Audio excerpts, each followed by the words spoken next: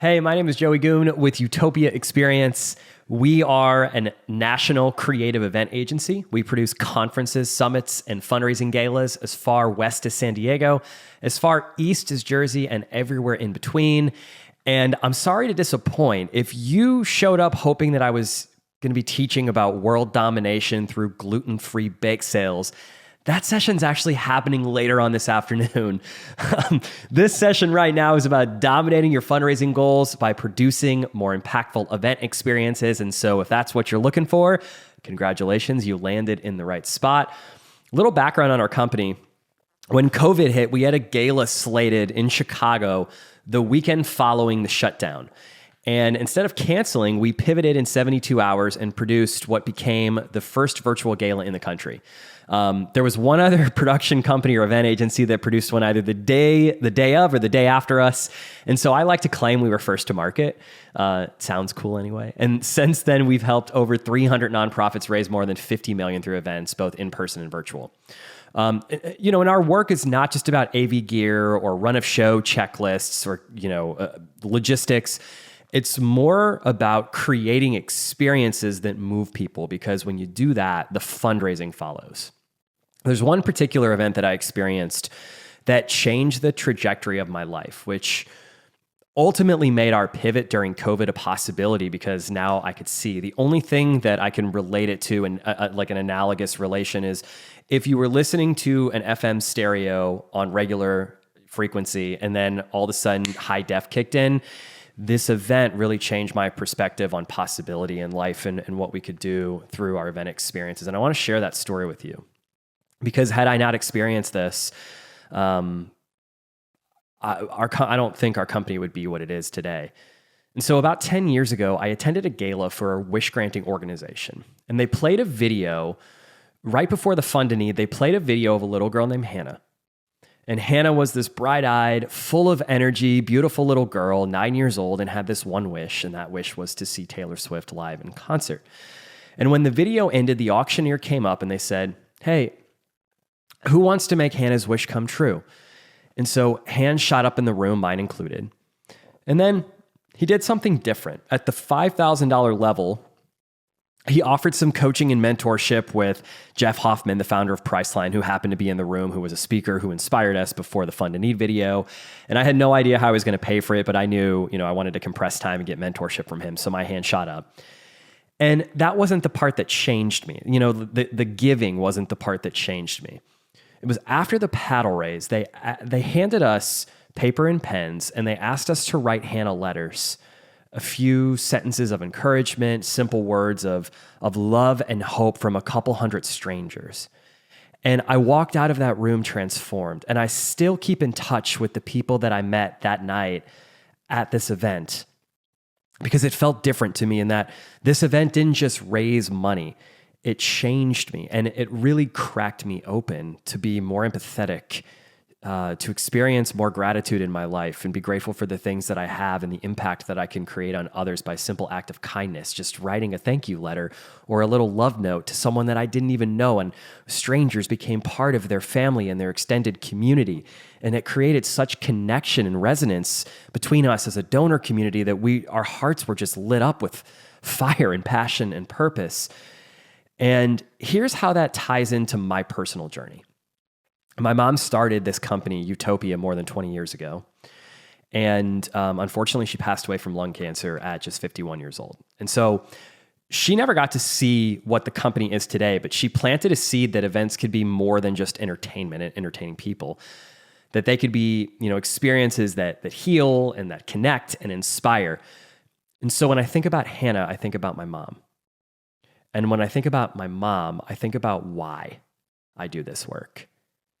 And it's to create events that are not just fundraisers, but vehicles for transformation that move people in the same way that experience moved a couple hundred of us in that room, and why I'm still talking about it today, 10 years later.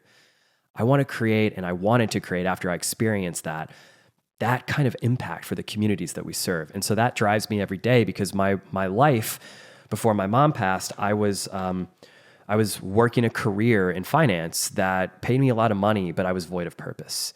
And so this work gives me absolute a tremendous purpose every single day I get out of bed. And so what made Hannah's event work so well? We call this the 3 C's. And these are the reasons that we believe anyone, anywhere decides to go to any event for any kind. And the 3 C's are content. They want you to teach them something new. Connection. They want to connect with other people. And community. Building something more meaningful outside of yourself. So content sparks, and then things like Hannah's video lit the match. Connection opens hearts, and then the writing of the letters gave us ownership, and which ultimately created community, and community sustains giving. So what we found is most nonprofits stop at content. They show a video, they tell a story, and they make an ask. But if you want to maximize giving, you have to design for all 3. So what I'd love to do today is I want to give you 5 kinds of events that you can host. And for each of those events, I'm going to give you 2 or 3 specific activations or things that we've done, that we've tested, that we've seen move donors from curious to committed. After that, we're going to walk through how to get people to your event and whether or not you need an event planner or an event agency like us. And then lastly, I've got some rapid fire tips and tricks that I think you're going to want to stick around for, because they're just basically quick, just anecdotes or learning experiences that we've learned that I think will really resonate with you as you plan your next event. So let's dive into the 5 different types of events that you can host. And we'll start with the classic one, which is the most logistically overwhelming, and it's a fundraising gala or an auction. The most important thing to consider here that we've seen make or break it is, like, at the beginning of the event, if you have a bottleneck at registration, we have to fix that. And so I would encourage you to really promote pre-registration and have paddles at the tables. And so here's the problem. I was having coffee a couple of weeks ago with a friend of mine, and she talked about how they had alphabetical groups where people could register, and they couldn't control it. But let's just say, for the sake of the story, they had 45 people at one time walk into the venue that had the last name S, and there was a bottleneck at that particular table. And so we decided for this year, or next year rather, in 2026, we're completely doing away with alphabetical registration. It's going to be open registration, no donors waiting in line, or credit cards not working, or volunteers scrambling. And so I would highly, highly encourage you to get a giving platform. There's a bunch of them out there. Then assign seats in advance and place paddles at the tables. And if you want to sweeten it and really get those guests to put their credit card information in the pre-registration, the platform, is offer a bottle of champagne to the tables that pre-register. Suddenly, you've got guests that are arriving, they're already registered, they're walking past the registration tables, they're getting their cocktail, and they're not frustrated. There's no tension, right? Because they're not met with a line, which is that's not a good way to start the experience, right? And so 0 lines, 0 stress. So pre-registration, a really simple thing that you can do that costs a couple $1,000s to get a platform, but it will pay dividends, certainly. Another thing that we're doing right now is something that we're calling a same-day edit video before the paddle raise. And this one is really, really powerful. So during the cocktail hour, we're setting up a video booth, and we're asking guests, after they register, they're going into this video activation, this video booth area, and we're going to ask them questions like, why are you here tonight? Who in your life has been impacted by this cause? And if you could relive one day with them, what would that day be and why? Then behind the scenes, as everybody eats dinner, we have a team who's going to be editing those clips. And right before the paddle raise, we're going to play that video. So imagine you're sitting in a ballroom and you're seeing your peers, your table mates, and yourself on the big screen sharing your why. That creates electricity. That's what doubles giving. And that's the 3 C's at play. By the way, we have an ebook, which I'd highly encourage you to download, that has a ton more ideas for nonprofit events. We'll have a QR code pop up on the screen now. Go ahead and scan it with your phone or screenshot it so you could download it later with your phone. The second idea, or the second event rather, are peer-to-peer events. So for you, that might be a 5K, maybe it's a walk, maybe it's a ride. There's an event that happens here every year in St. Louis, and each participant, when they get there, chooses a flower. And you have to fact check me on the colors. I'm probably going to butcher this, but it's like blue if you're a supporter, yellow if you're a caregiver, red if you're a survivor, or white if you're celebrating in memory of somebody. And then people take those flowers home and they plant them. And so every time they see that flower bloom in their yard, they're reminded of your mission, and they're reminded of the person that is in their family that's afflicted with that particular disease. And so that's long-term impact. We did a recent 5K where we had story arches. So imagine these big arches and runners are passing under them. And as you're passing under them, you see this big giant photo of Sarah, and she's age 9. And there's a quote on there, and it says, "Because of you, I can walk again." And maybe at mile 2, there's another one. At mile 3, there's another story. And then when people turn around, they're seeing the other side of those arches that we've designed that also have impact stories and quotes on them.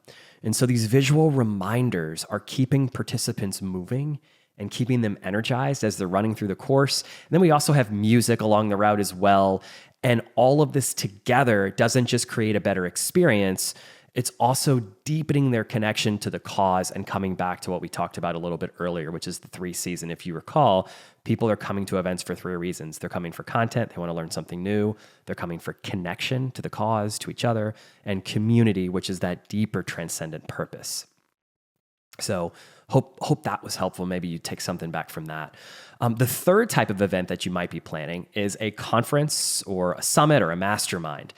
And so a couple ideas here. Think of a sponsor branded podcast booth.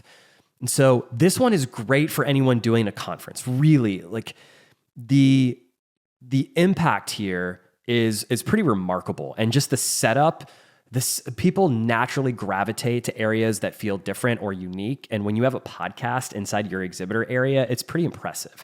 So we have a membership association event that we do every year. A couple hundred people, I want to say 500 to 600 people attend. And, we've got members flying in every year. This is their member conference. And so of the members, maybe a few dozen of them have podcasts, and nearly every single one of them wants to be a guest on a podcast. So we sold a podcast sponsorship for $20,000 to one of the members who has a podcast. And then she got access to the guest list, and she was able to then hand select people that she wanted to interview on her podcast. Now, of course, she was intentional about that. Who's a prospective person for me? Who fits my avatar? Who do I want to have build a deeper relationship with? And so, if we can get it, maybe we'll throw a picture of it now so you can see what it looks like. And you may ask, where was it? Well, it was in a somewhat private corner of the expo hall. And so we transformed this little corner of the expo hall into a podcast lounge. And so a sponsor covers the cost, or in our case, you sell it to someone who has a podcast for $10,000, $15,000, $25,000. And you can produce your podcast at our event. And of course, their logo is everywhere, and attendees can sign up for those 15-minute interviews. And people, they're going to leave the event feeling seen and feeling important because they just got to share their wisdom and their knowledge as a guest on a podcast. And so the sponsor and the podcast host, what's in it for them is the recognition and the visibility. And of course, now, what does everybody want? Everybody wants content. Everybody wants promotional material to inform their marketing strategy. I think that's the biggest missed at events is how can our event live beyond the 4 walls of the event? And this is a fantastic way to do it, because if you sell this, not only are you providing hours and hours of evergreen content to your podcast host and your sponsor, but you too can reshare it and promote. This is a really cool activation that we did at our conference. And look at all these really amazing conversations. You're pulling out sound bites to continually promote all the wonderful work that you're doing at your conference by leveraging their content to do so. So now this sponsor or host is not just at an exhibit booth hoping to draw people in with a raffle and free candy or some cheesy pens and giveaways. They're creating an experience that's like really freaking cool. So hopefully that gives you an idea there. Also, something else we just recently did at a conference was hotel key cards. Now, these may become antiquated, right? Like we all have these devices, and at some point we're all going to be using digital key cards. The hotel key cards are going to become antiquated, and maybe we come up with another sponsorship later on, sponsoring the hotel key card, the digital version of the key card. But while we still have physical key cards, we printed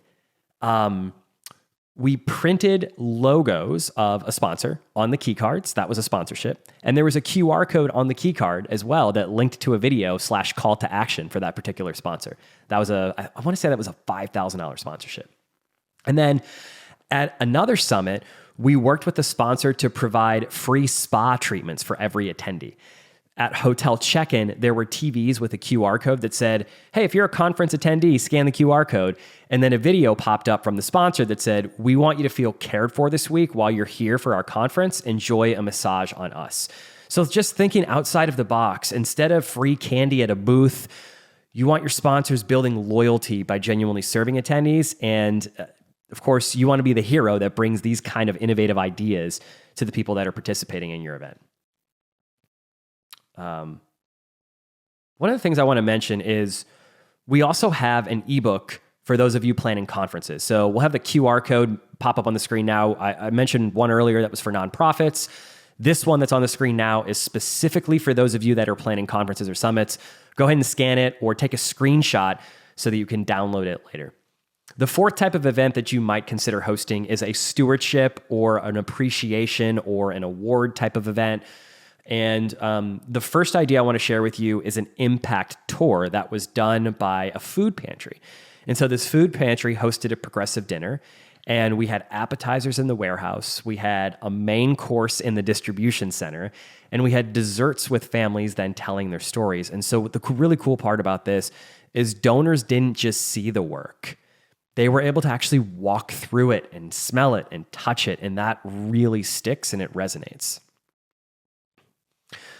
For the dinner or award ceremony, I was just talking 2 days ago with a nonprofit that runs a massive festival, 100,000 people across 2 days with more than 150 vendors. And here's how they raise money. They've got vendor booth fees, which are mostly food trucks, beverage stands, jewelry, and trinkets. Think of the kind of vendors that you'd see at any fair. Those vendors pay to rent space on site. Then you've got the second way they raise money is VIP tickets. So general admission is free, and they sell VIP passes that unlock other perks like shaded seating or air-conditioned tents or drink tickets. I also think that they've got a shaded seating, air-conditioned tents, drink tickets, and then VIP parking. And then the third way is sponsorships. So big brands really get involved in this festival because of the foot traffic. So this year, VW bought a sponsorship, and they brought a vintage bus and built a pop-up activation that was a crowd favorite. And it's a really successful model for this organization. But the problem is, with 150 vendors, the staff of this nonprofit organization would have to spend thousands of hours communicating one-on-one to truly engage those vendors. And so they just don't have the team for that. So the vendor relationship has been reduced to a transaction on Square. And Square is a money, like a payment platform like PayPal, right? So it's swipe your card, here's your booth. And those vendors are starting to feel that transactional nature of the relationship. They're feeling transactionalized. And that's dangerous because in their case, the vendors and the sponsors are the donors. They're the ones that are underwriting the experience. So here's an idea that we came up with. We're going to do a VIP dinner or an award ceremony just for vendors and sponsors before or after the festival. So this might look like a private dinner at a local restaurant with warm lighting and maybe some welcome drinks, some short thank yous from leadership. And then on the walls, we thought about putting photos from previous festivals and previous booths with space for vendors to write in their favorite memory. Then, if we want to take it one step further, maybe we hand out awards, and the awards may be something like, an award goes to a fan favorite, which is voted on by festival goers. Or maybe there's an award for a legacy partner, someone who's been a part of it for the longest amount of time. Or a rising star award for those that are newcomers, that crushed it. Maybe there's something like a most Instagrammable award, like for the booth that is decorated to the tens, and they win an award. or a mission in action award for a vendor who really embodies the nonprofit's values. So, everybody's laughing and taking photos and sharing on social. Maybe you have a sponsor underwrite the dinner so it doesn't become a cost center, another opportunity for the organization to raise money or at least not spend a ton getting this done. And so this is not an event that inherently raises money. It does not, but it plants seeds for the future. Because these vendors, if they feel celebrated, they renew faster, they increase their investment, and they've just become champions and ambassadors for the organization. And so you've turned a $500 booth into maybe a $5,000 or a $10,000 or a $15,000, $20,000 lifetime partnership, or the lifetime value of that particular client or customer of yours. And so the legacy piece is that next year they're going to talk about the award that they won, or maybe they hang it on their booth when they're outside, exhibiting at the festival, and they're going to share the frame photo that you gave them of their booth in action, and other vendors are going to want to be a part of it. And so that's how we're working to turn a festival into a movement, because the dinner, more than anything, is just a relationship accelerator. So think about how that might apply to your business and your organization. And then last but not least, this is not necessarily a type of event. We went through the 4 different types of events, but one of the things I want to stress the importance of is in any event that you're doing, use storytelling as your overlay. So like the letter writing with Hannah that I talked about earlier, when donors write something with their hands, it sinks into their hearts. And when you circle back with maybe a video or a thank you after the event, showing impact, it really becomes unforgettable.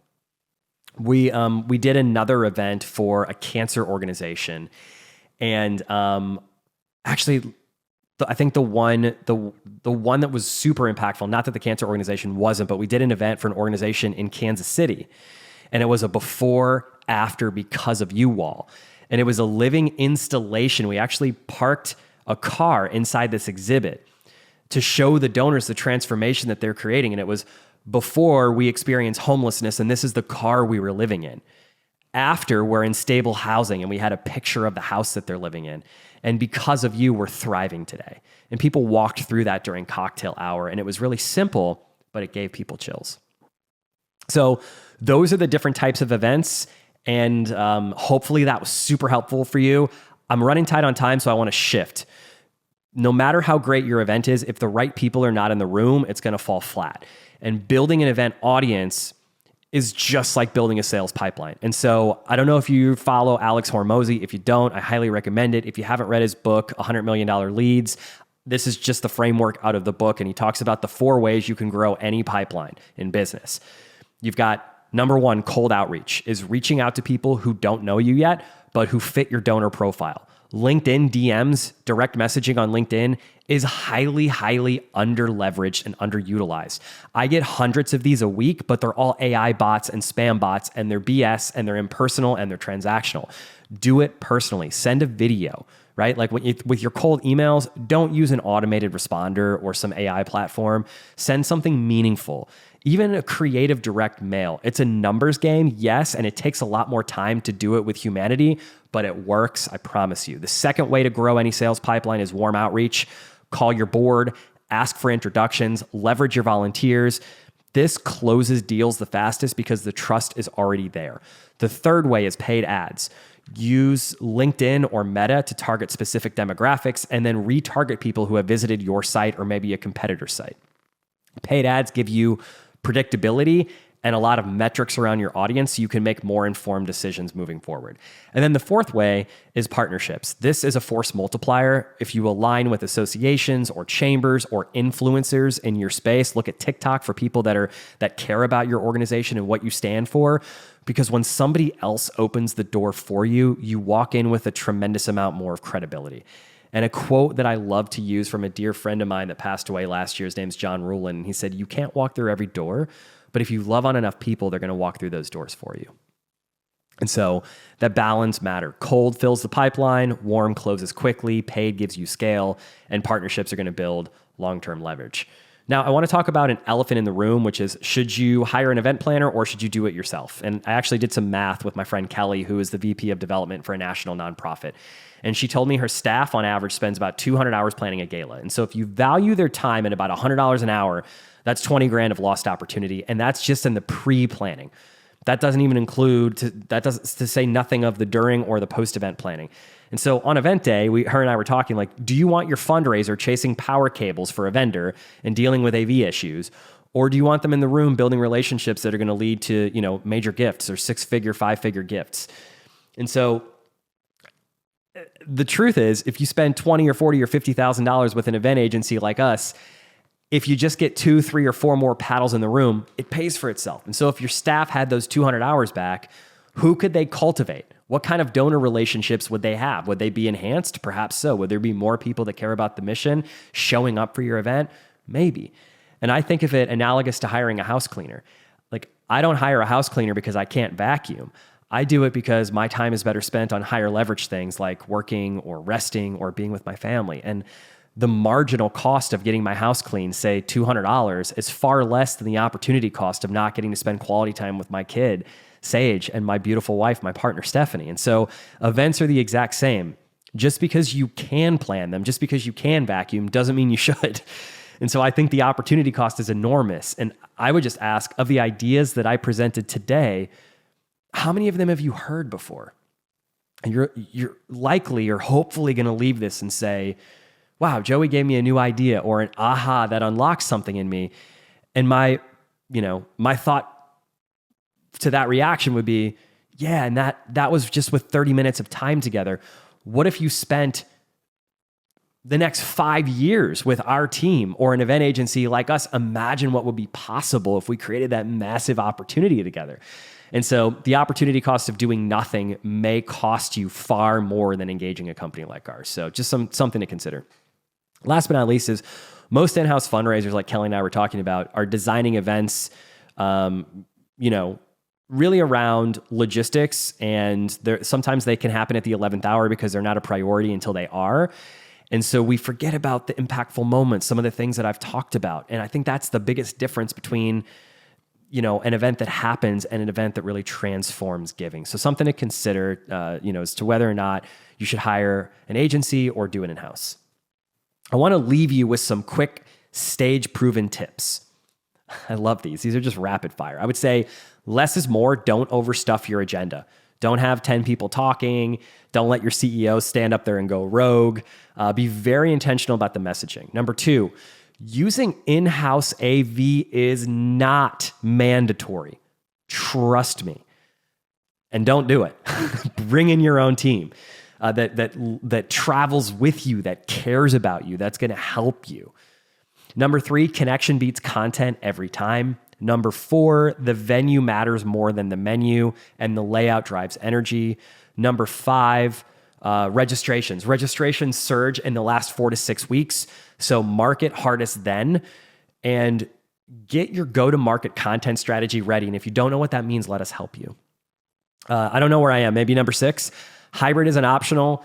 Meet people where they are. We have one organization that we work with that has a donor that, ironically or not, plans their family vacation every year the same weekend of the auction, but they have never missed tuning in virtually. We always send them a stream link. We always do hybrid, and that one donor gives $50,000 every year from Florida. I think I'm on number 7, number 8 maybe. Tech should simplify, not overwhelm. Next, report outcomes, not headcount. Outcomes meaning your KPI, right? And you have to define your own KPI and your metrics and what matters most to you. Reward early commitments. And I think this is the last one that I've written down here is engagement starts before day 1. If your event is happening in 12 months from now, you really should start promoting it now. In closing, I just want to share, by ending with a reflection, I would first encourage you to take a deep breath in and let it out. Think of one thing that you're grateful for in your work right now. And I want you to write it down. Write it down. And now think of one action that you're going to take this week to elevate your attendee event experience. Not just to raise more money, but to genuinely touch more lives.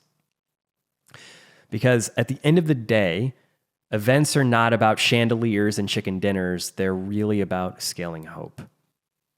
When I told you about Hannah's story earlier, I left out one small detail. A few weeks after writing the letter to Hannah, I got a video texted to me. And it was Hannah sitting in her living room reading our letters. She was smiling with her family. She was laughing. She was feeling this love of all of us strangers pouring into her. And at the end of this 2-minute video that they texted to me, there she was, Hannah, singing along at a Taylor Swift concert that she'd always wanted to go to, and she was absolutely glowing. And then the screen faded black with one final line. It said, Hannah passed away just a few weeks after her wish came true. And underneath that, it said, we can learn to live life from those that are fighting for it. And I'll never forget that moment. Because at the event, they could have just showed us the video of Hannah. They could have just had her parents stand up there and share a story, but they didn't. They invited us in. They gave us a role. They gave us ownership, and that made the difference. And so that night when I wrote the letter, or that day a couple weeks later when I received the video, or rather, when I wrote the letter, I didn't think much of it, right? Just thinking, okay, I'm writing a letter. This is really awesome. It's important. It's special. I get to be a part of somebody's life. But when I saw the video of her reading it, smiling and laughing and glowing, I realized this wasn't just a letter. This was a piece of me given to her. And that little piece that I could contribute, as Will Guidara says in his book Unreasonable Hospitality, it feels better to give hospitality, to give to someone far more than it ever does to receive. He says selfishly, sometimes giving can be as cup filling, if not more cup filling than someone giving to you. And so that's what your events can do. And I just feel like you have a massive responsibility. And it can be heavy because you have an opportunity to take small moments, these letters, these videos, these conversations, a paddle raised, and turn them into something unforgettable. My late mom, Jody, used to say and put her own spin on Maya Angelou's words. And she'd say, people don't remember the chicken, but they're going to remember if your event enriched their life in some way. And she was right. People are not going to remember the menu. They're going to remember if for one night, one gathering, one walk, they felt connected, they felt seen, and they felt changed. So when you plan your next event, don't just ask, how do we raise dollars in the cheapest way possible? Ask yourself, how do we create moments that people will forever carry? And that's why we call ourselves Utopia Experience. That's why my mom named it Utopia, is the irony in the name. And Utopia means a perfect world where the 3 C's and the AV and the stories and the run of show and the vendor checklist all work in harmony. But the imperfect truth is perfection is not the goal. Perfection is often the enemy of progress. And what matters most is creating moments that move people. And when we let go of the script and we create space for people to just feel, like maybe you felt a moment ago when you were reflecting on gratitude, we realize it's not about being flawless. It's about being fearless and leaning into something uncomfortable that perhaps we've never tried before, and showing up with intention and designing with empathy and giving your attendees and yourself an experience that you'll never forget. And so that's what gives us our tagline, Events Done Differently. And what it really means is events that connect, events that inspire, and events that move people. Because when you scale impact moments, you scale hope. And hope is what changes lives. Thank you so much for the work that you do. Thank you for showing up for your community. And thank you for letting me share this time with you today. I appreciate it.